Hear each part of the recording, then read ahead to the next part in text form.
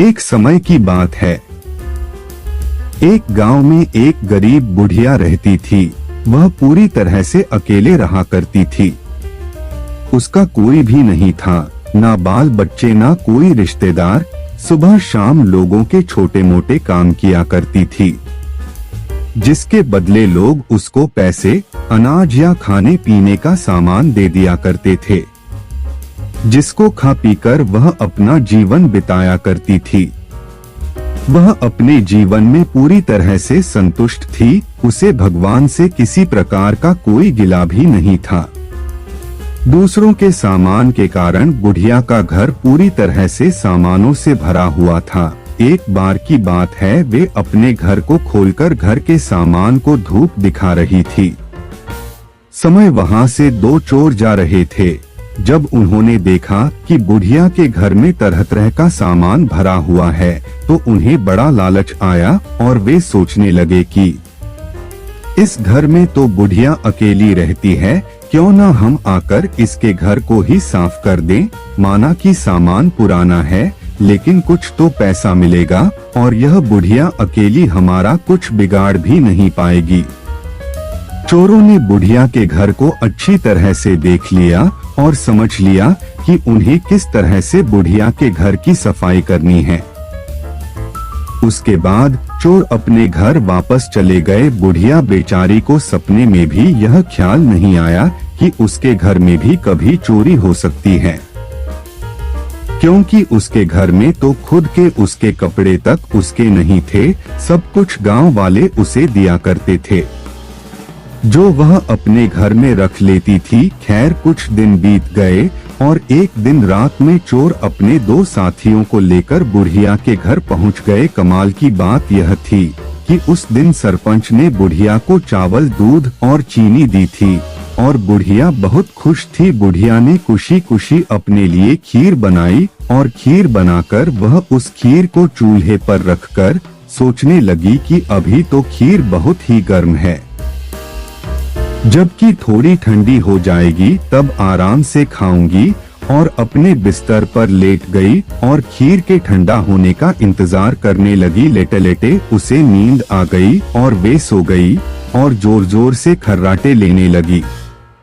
चोर बाहर खड़े थे। बुढ़िया के खर्राटे की आवाज सुनते ही उन्होंने सोचा कि चलो अब रास्ता साफ हो गया और अब हम आराम से बुढ़िया का घर साफ कर सकते हैं।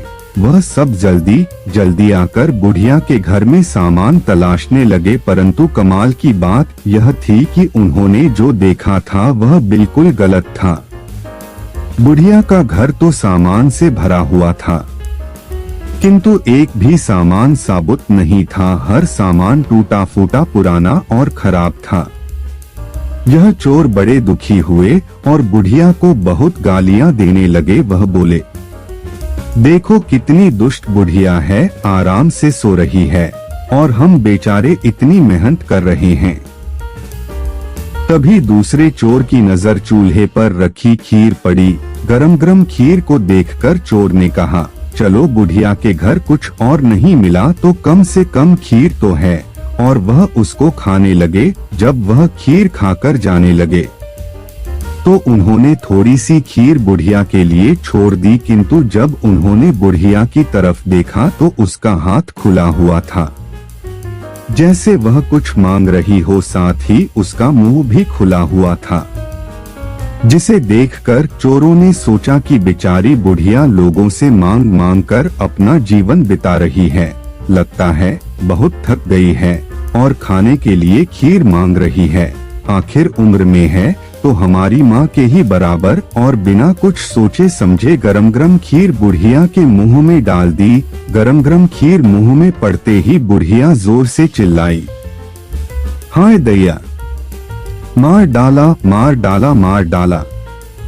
बुढ़िया की चीख सुनते ही चोर डर के जल्दी जल्दी छुपने लगे।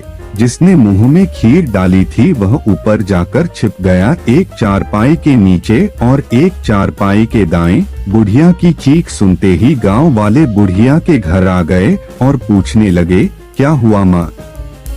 बुढ़िया बोली, मुझे क्या पता, ऊपर वाला जाने। यह सुनते ही ऊपर छिपा हुआ चोर बोला, अरे भला मैं क्यों जानूं तुम्हारी चारपाई के नीचे छिपा चोर ना जाने।